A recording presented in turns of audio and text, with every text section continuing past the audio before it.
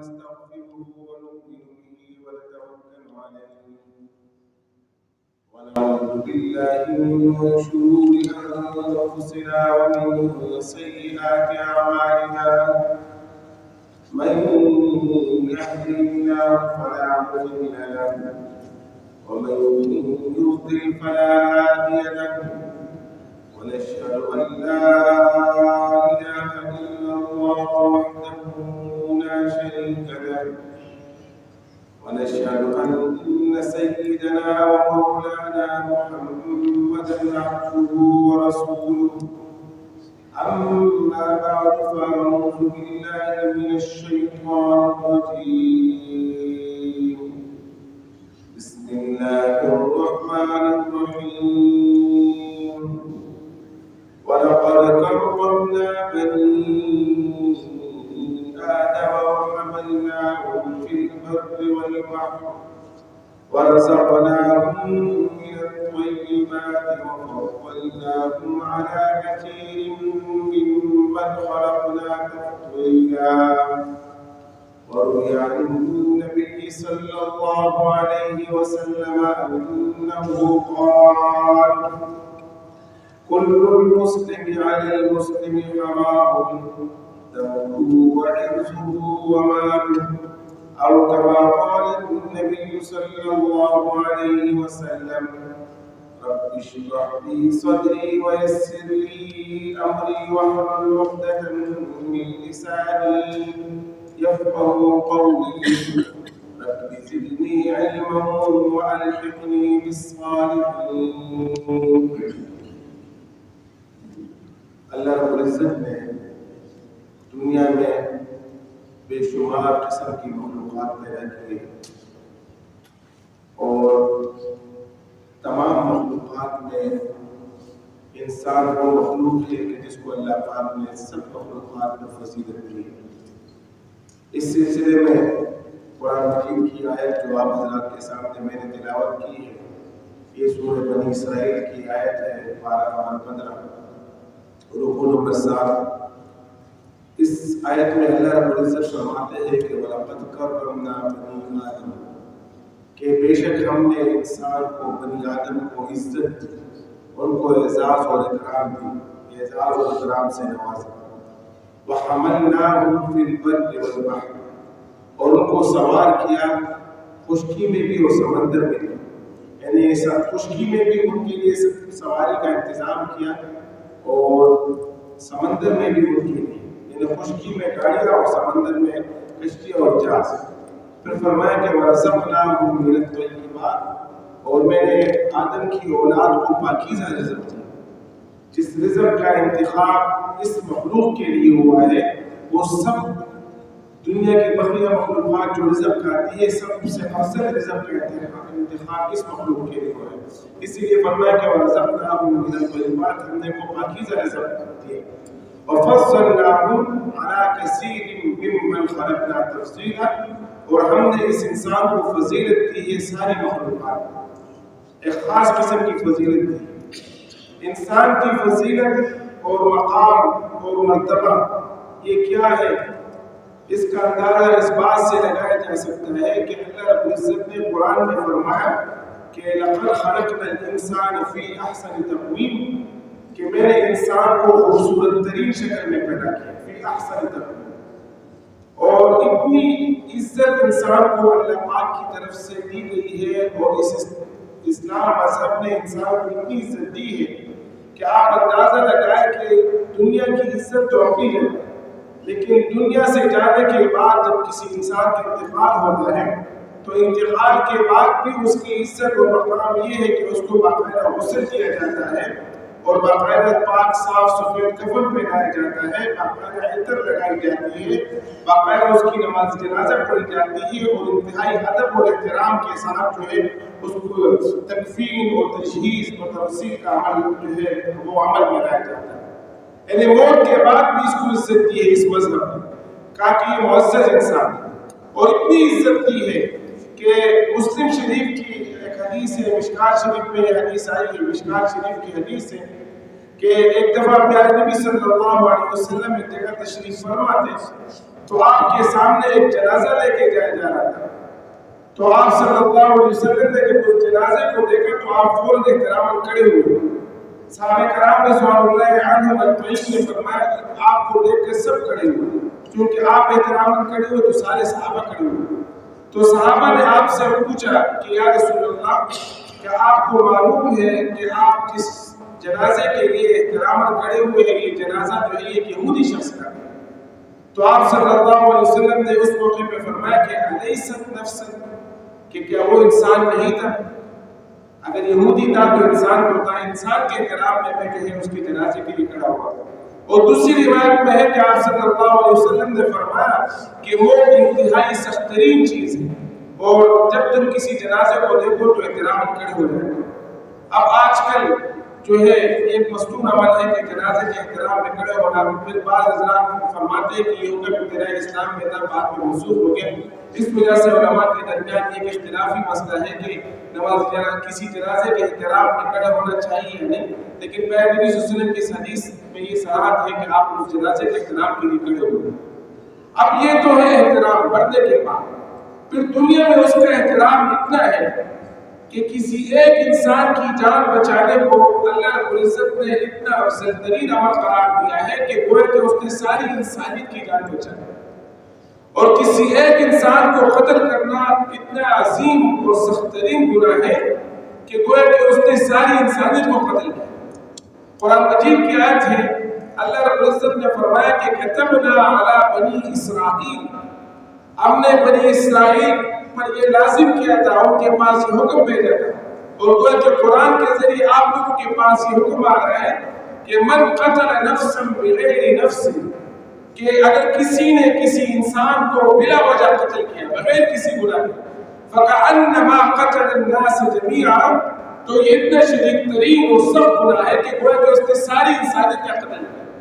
اور پھر فرمایا کہ ومن احیاها، اور اگر کسی نے کسی انسان کی جان بچائی، فکأنما احیا الناس جميعا، تو گویا کہ اس نے ساری انسانیت کی جان بچائی۔ ایک انسان کو قتل کرنا اتنا سخت گناہ ہے کہ گویا کہ اس نے ساری انسانیت کا قتل کیا، اور ایک انسان کی جان بچانا اتنا عظیم ثواب کا کام ہے کہ گویا کہ اس نے ساری انسانیت کی جان بچائی۔ اور آپ قتل کی سختی اور مذمت، کسی ایک انسان کی ناحق قتل کی مذمت کا اندازہ اگر قرآن سے لگائیں، قرآن سے پوچھیں کہ کسی انسان کا قتل کتنا شدید ترین گناہ ہے، کتنا سخت گناہ ہے، تو قرآن نے قاتل کی 5 سزا بیان کی ہے۔ اور آپ کو حیرانی ہوگی کہ سب سے سخت ترین سزا انسانی تصور میں جو سب سے سخت ترین سزا ہوتی ہے وہ قاتل کی فرسٹ اسٹیپ کی سزا ہے۔ اللہ رب العزت، اور وہ سخت ترین سزا کیا ہے؟ وہ کسی کو جہنم میں بھیجنا۔ قرآن نے قاتل کی سزا کیا بتائی ہے کہ کسی کو اگر کوئی ناحق قتل کرے تو قرآن نے فرمایا کہ ومن قتل مؤمنا متعمدا فجزاؤہ جہنم، اگر کوئی کسی مسلمان کو ناحق قتل کرے تو پہلی سزا فجزاؤہ جہنم، اس کی سزا جہنم ہے۔ دوسری سزا خالدا فیہا، وہ جہنم میں ہمیشہ رہے گا، قرآن کے الفاظ کے مطابق وہ جہنم میں ہمیشہ رہے گا۔ تیسری سزا وغضب اللہ علیہ، اللہ رب العزت ہمیشہ اس شخص پر جو اس شخص سے ناراض ہوں گے اور اللہ کا غضب ہوگا ہمیشہ اس شخص پر۔ چوتھی سزا ولعنہ، اللہ کی لعنت ہوگی، ہمیشہ ہمیشہ اس پر اللہ کی لعنت ہوگی۔ پانچویں سزا وَأَعَدَّ لَهُ عَذَابًا عَظِيمًا، اور اس شخص کے لیے اس سے بھی زیادہ سخت عذاب تیار کیا گیا ہے۔ آپ کو کون سا عذاب ہے اس کا اللہ پاک نے قرآن میں تذکرہ ہی نہیں کیا ہے کہ انسان سوچ نہیں سکتا ہے کہ کسی کو ناحق قتل کرنے پر کتنا سخت عذاب ہے۔ تو آپ اندازہ لگائیں کہ جہنم میں بھیجنا جو کہ انتہائی شدید ترین اور سخت ترین سزا ہے، اللہ رب العزت نے قاتل کی سزا میں وہ پہلے اسٹیپ میں بیان کیا کہ پہلی اسٹیپ میں یہ سزا، گویا کہ اس مذہب میں انسان کا کتنا احترام ہے۔ پھر دوسری جگہ اسی صورت میں اللہ رب العزت نے فرمایا کہ وما كان للمؤمن ان يقتل مؤمنا، کہ کیسے کوئی مسلمان کسی مسلمان کو قتل کر سکتا ہے، الا خطأ، ہاں اگر غلطی سے ہو جائے۔ غلطی سے مراد یہ کہ کسی جگہ شکار کرنے گئے تھے، غلطی سے وہ کسی انسان پہ لگے، صحیح ہے۔ اس طرح اس کی مختلف اور صورتیں ہیں، یعنی یہ کہ کسی کو قتل کرنا جان بوجھ کے قرآن نے کہا کہ کیسے ہو سکتا ہے، ممکن کیسے؟ پھر فرمایا کہ وَمَنْ قَتَلَ مُؤْمِنًا خَطَأً فَتَحْرِيرُ رَقَبَةٍ مُؤْمِنَةٍ وَدِيَةٌ مُسَلَّمَةٌ إِلَىٰ أَهْلِهِ۔ یعنی قرآن نے فرمایا ہے کہ اگر کوئی شخص، کوئی مسلمان کسی مسلمان کو غلطی سے بھی قتل کر لے تو غلطی سے قتل کرنے پر بھی دو سزائیں ہیں۔ پہلی سزا یہ کہ اس کا کفارہ ادا کرے گا، اور دوسری سزا یہ کہ اس کی دیت ادا کی جائے گی۔ جو مقتول ہے ان کے گھر والوں کو دیت ادا کی جائے گی۔ قرآن کے مطابق اور حدیث میں اس کی جو تشریح ہے اس کے مطابق کسی مسلمان کو ناحق قتل کرنا، غلطی سے، جان بوجھ کے نہیں کہہ رہا ہوں، غلطی سے بھی اگر کسی کو قتل کیا تو اس کی سزا میں قاتل کو 2 مہینے مسلسل روزے رکھنے پڑیں گے۔ پہلا کام 2 مہینے مسلسل۔ قرآن نے فرمایا کہ یا کسی غلام کو آزاد کرے، صحیح، اور چونکہ آج کل غلاموں کی آزادی کا تصور نہیں ہے تو اس کی دوسری سزا قرآن نے یہ بتائی ہے کہ اگر یہ نہیں کر سکتا تو پھر اس کی جگہ 2 مہینوں کے مسلسل روزے رکھیں گے۔ فَمَن لَّمْ يَجِدْ فَصِيَامُ شَهْرَيْنِ مُتَتَابِعَيْنِ۔ تو ایک کام تو کفارہ یہ ہوا کہ 2 مہینوں کی مسلسل روزے رکھیں، اور اس میں جو ہے مقتول کے ورثاء کو کیا ادا کیا جائے گا؟ تو فرمایا کہ ان کو دیت، وَدِيَةٌ مُسَلَّمَةٌ، ایک دیت کی مقدار۔ اب وہ دیت کتنی ہے؟ تو اس دیت کے بارے میں حدیث میں پیغمبر نبی صلی اللہ علیہ وسلم نے فرمایا کہ کسی مسلمان کو غلطی سے، جو اگر کسی نے غلطی سے قتل کیا تو اس کے بدلے وہ 100 اونٹ جو ہے 100 اونٹوں کی قیمت ادا کرے گا۔ گویا کہ 100 اونٹ جو ہے اس کی جو قیمت ہے وہ ادا کی جائے گی، یا 10,000 درہم جو ہے وہ دیت دی جائیں گے، یا 1,000 دینار وہ جو ہے وہ دیت بھی دی جائیں گے۔ تو ان تینوں سے جو ہے نا دیت میں سے، ان تینوں میں سے ایک مقدار دی جائے گی۔ تو عموماً جو زیادہ رائج ہے وہ 100 اونٹوں کی قیمت۔ تو ایک اونٹ کی کتنی قیمت ہے اور اسی کے حساب سے 100 اونٹوں کی قیمت لگائی جائے۔ یہ ایک مسلمان کو غلطی سے جو ہے قتل کرنے کی سزا ہے، اس کی دیت ہے، اور اس کے بدلے روزے رکھنا، 2 مہینے روزے دوبارہ رکھیں گے۔ اور اس روزے کے لیے شرط یہ قرآن نے فرمایا کہ فَمَن لَّمْ يَجِدْ فَصِيَامُ شَهْرَيْنِ مُتَتَابِعَيْنِ، اور 2 مہینے کے روزے بھی اس طرح رکھیں گے کہ مسلسل روزے رکھیں گے۔ اگر کسی نے 58 روزے رکھے اور ایک دن درمیان میں ناغا ہے تو پھر دوبارہ شروع سے 60 روزے رکھے۔ اتنی سخت سزا ہے۔ اللہ رب العزت کے ہاں انسان کی بڑی مقام، انسان کا بہت بڑا مقام اور بہت بڑی۔ ایک حدیث میں پیارے نبی صلی اللہ علیہ وسلم نے فرمایا کہ جتنے بھی انسان ہیں، الناس عیال اللہ، یہ انسان جو ہے اللہ رب العزت کا کنبہ ہے، اللہ پاک کا خاندان ہے۔ اور پھر آپ نے فرمایا کہ تم میں سے اللہ رب العزت فرماتے ہیں کہ تم میں سے بہترین شخص وہ ہے جو اپنے خاندان والوں کے ساتھ، جو میرے کنبے کے ساتھ اچھا ہو، جو دوسرے انسانوں کے ساتھ ان کا رویہ اچھا ہو، ان کا کردار اچھا ہو، اور ان کے ساتھ نرمی سے پیش ہو۔ پیارے نبی صلی اللہ علیہ وسلم کی سیرت میں دیکھیں، آپ جو ہے حجۃ الوداع کے موقع پہ آپ نے فرمایا کہ لوگوں، آپ کا رب ایک ہے اور آپ کا والد ہے۔ رب ایک سے مراد یہ کہ اللہ رب العزت جنہوں نے آپ کو وجود دیا وہ ایک ہے، اور آپ سب کا والد ایک ہے، یعنی آپ آدم کی اولاد ہیں۔ پھر آپ نے فرمایا کہ لا فضل لعربی کی علی العجمی ولا فضل لبیاض علی السواد، کہ نہ کسی عربی کو کسی اجمی پہ کوئی فضیلت حاصل ہے، اور نہ کسی گورے کو کسی کالے کو کوئی فضیلت حاصل ہے، کسی گورے کو کسی کالے پر کوئی فضیلت حاصل ہے، کسی کو حاصل نہیں۔ پھر آپ نے فرمایا کہ اگر اللہ کے ہاں فضیلت حاصل ہے تو وہ ایک چیز پر حاصل ہے، وہ فرمایا کہ ان اکرمکم عند اللہ اتقاکم، کہ بے شک تمہارے نزدیک، اللہ رب العزت کے نزدیک تم میں سے سب سے زیادہ پسندیدہ شخص وہ ہے جو سب سے زیادہ متقی ہو، اہل تقویٰ۔ اور تقویٰ سے مراد ہے کہ اپنے آپ کو گناہوں سے بچانے والا۔ دنیا میں کئی سارے مذاہب ایسے ہیں کہ جہاں کاسٹ سسٹم ہے، وہاں گویا کہ مختلف ذات پات کا نظام ہے، اور کسی کو اعلیٰ درجہ سے ملا جاتا ہے، کسی کو کم درجے پر۔ ہندو مذہب میں 4 کاسٹ سسٹم ہے، وہاں جو ہے وہ کہتے ہیں کہ کچھ جو ہے وہ اعلیٰ ذات کو برہمن کہتے ہیں کہ یہ بھگوان کے سر سے پیدا ہونے والے ہیں، اور سب سے لوئر ذات کو شودرس کہتے ہیں کہ یہ جو ہے بھگوان کے پیروں سے پیدا ہونے والے ہیں، ان کا نظریہ ہے۔ اور جو نیچے والی ذات سے تعلق رکھنے والے ہیں وہ اپر کلاس والوں کے ساتھ کھانا نہیں کھا سکتے، کسی مجلس میں نہیں جا سکتے، کوئی پروگرام اٹینڈ نہیں کر سکتے، آپس میں باتیں نہیں کر سکتے، آپس میں رشتوں کا تعلق نہیں رکھ سکتے۔ قرآن نے اس میں سب پابندی لگائی ہے۔ قرآن نے فرمایا کہ سارے انسان جو ہے یہ اللہ رب العزت کے ہاں محترم ہے. کسی انسان کا مقام اور مرتبہ آپ اس سے اندازہ لگائیں کہ پیارے نبی صلی اللہ علیہ وسلم کے محترم چچا حضرت حمزہ رضی اللہ عنہ کو جب کسی شخص نے قتل کیا ناحق قتل، تو آپ کے دل میں اس شخص، جب وہ شخص ایک حبشی شخص تھا، جب وہ اسلام اس نے قبول کیا تو آپ نے اس سے بدلہ نہیں لیا، آپ نے اس کو معاف کر دیا، لیکن آپ کے دل میں اس کی محبت ختم ہو گئی. اسی طرح ایک دوسرا واقعہ حضرت عمر فاروق رضی اللہ عنہ کے دور میں ہے کہ جب کسی شخص نے حضرت عمر فاروق رضی اللہ عنہ کے بھائی کو قتل کیا حالت کفر میں، اس کے بعد جب اس نے اسلام قبول کیا تو اسلام قبول کرنے کے بعد حضرت عمر فاروق رضی اللہ عنہ نے ایک دفعہ ان سے کہا کہ اس شخص کو کہا کہ مخاطب، میرے دل میں آپ کے لیے ذرہ پر بھی محبت نہیں ہے.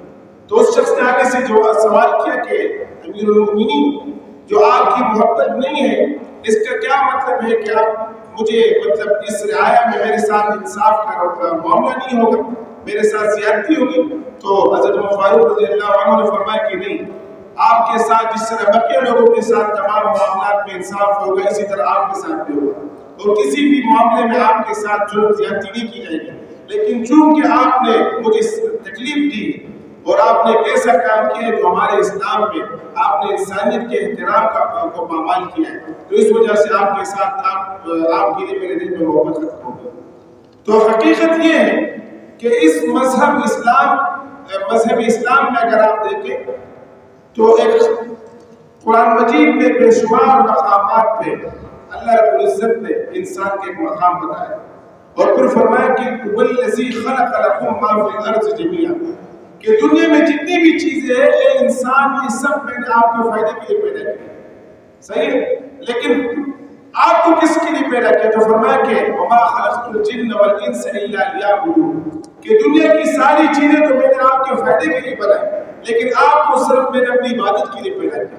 تو انسان کی پیدائش کا مقصد عبادت ہے اور اس عبادت کے لیے انسان کو خوبصورت ترین شکل میں پیدا کیا اور اس کو یہ حکم دیا گیا کہ انما المؤمنون اخوہ، مسلمان آپس میں بھائی بھائی ہیں.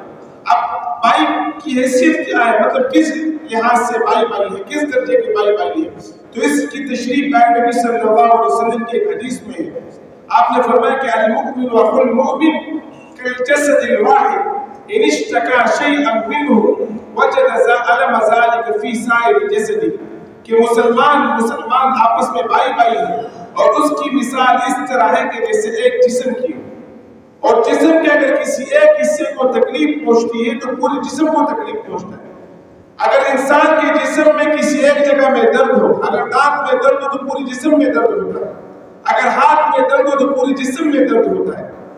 اس طرح نہیں ہوتا کہ اگر آپ کے سر میں درد ہو اور آپ کہنے کہ میں سکون سے مجھے تو کوئی درد نہیں، یہ آپس میں کنیکشن ہے. تو نبی صلی اللہ علیہ وسلم نے فرمایا کہ ایمان کی بدولت سارے مسلمانوں کے درمیان ایک تعلق قائم ہو چکا ہے اور وہ تعلق جو ہے وہ محبت موجت کا ہے، اور اس محبت کا تقاضا یہ ہے کہ ہر ایک انسان دوسرے انسان کا خیال رکھے. اسی وجہ سے آپ نے فرمایا کہ کل المسلم علی المسلم حرام ہو، ایک مسلمان کی دوسری مسلمان پہ 3 چیزیں حرام ہیں، سخت ترین حرام. اس میں فرمایا کہ دمہ، پہلی چیز جو ہے وہ حرام جو ہے وہ کسی مسلمان کا ناحق خون بہانا، کسی کو قتل کرنا. پھر فرمایا کہ وعرضہ، کسی کو عزت کو نقصان پہنچانا، کسی مسلمان کو اس بات کا حق حاصل نہیں ہے کہ کسی دوسری مسلمان کی بے عزتی کرے، اس کی عزت کو نقصان پہنچائے. اور تیسرے نمبر پر جو چیز پیارے نبی نے حرام قرار دی وہ فرمایا کہ مال، کہ کسی مسلمان کے لیے اس بات کی اجازت نہیں ہے کہ کسی دوسرے مسلمان کی کوئی چیز بغیر اجازت کے. صحیح. اور اپنی مال کی حفاظت میں اگر کوئی شخص اپنی مال کی حفاظت میں اس کو قتل کیا گیا تو قرآن حدیث میں ہے کہ ایسا شخص شہید ہے. ومن قتل دون مالہ فہو شہید، کہ جس شخص کو اپنی مال کی حفاظت میں قتل کا سامنا کرنا پڑا تو شہید ہے. تو میرے بھائیوں، آج کے بیان کا مقصد یہ ہے کہ اللہ رب العزت اور اللہ کے نبی کے ہاں اور اس دین میں اور قرآن میں انسان کا بہت بڑا احترام ہے، بہت بڑا مقام ہے، اور کسی بھی مسلمان کے لیے جائز ہی نہیں ہے کہ دوسرے مسلمان کو نقصان پہنچائے، بلا وجہ تکلیف دے یا اس کے جسم کے کسی عضو کو ضائع کرے یا اس کو قتل کرے. اور یہ اتنا سخت ترین گناہ ہے کہ گویا کہ زندگی پر جو ہے وہ عذاب کا سامنا کرنا پڑے گا۔ بعض علماء فرماتے ہیں کہ اگر کوئی قاتل مسلمان ہے تو چونکہ اسلام کی دولت ایک نہ ایک دن وہ آخر جہنم سے نکل جائے گا، کیونکہ ایمان کی دولت کی وجہ سے سزا بھگتنے کے بعد نکل جائے گا جہنم سے۔ لیکن آپ دیکھیں کہ جہنم میں ایک سیکنڈ گزارنا بھی انسان کے لیے ممکن نہیں ہے۔ تو دوسرے انسان کو قتل کرنا یا نقصان پہنچانا تو کیا کسی انسان کو اپنے آپ کو نقصان پہنچانے کی اجازت نہیں ہے۔ اسی وجہ سے تو اسلام نے خودکشی کو حرام قرار دیا، سخت ترین گناہ ہے۔ اس کی وجہ ہے کہ آپ اپنے جسم کے بھی مالک نہیں ہیں، آپ کے جسم کا مالک اللہ پاک ہے۔ آپ نے اس کی ملکیت میں آپ نے کیسے خیانت کی؟ تو آپ اپنے آپ کو قتل نہیں کر سکتے، اپنے آپ کو جو ہے وہ نقصان نہیں پہنچا سکتے۔ قرآن نے فرمایا کہ وَلَا تَقْتُلُوا أَوْلَادَكُمْ، اپنے اولاد کو قتل مت کرو۔ اپنے آپ کو قتل نہیں کر سکتے، اولاد کو قتل نہیں کر سکتے۔ جب اپنی جان کو اپنے اولاد کو قتل نہیں کر سکتے، جو کسی اور کو قتل کرنے کی کیسی اجازت ہے؟ یہ اسلام احترام انسانیت کا درس دیتا ہے۔ اللہ پاک ہم سب کو ان باتوں کے عمل کی توفیق دے۔ وآخر دعوانا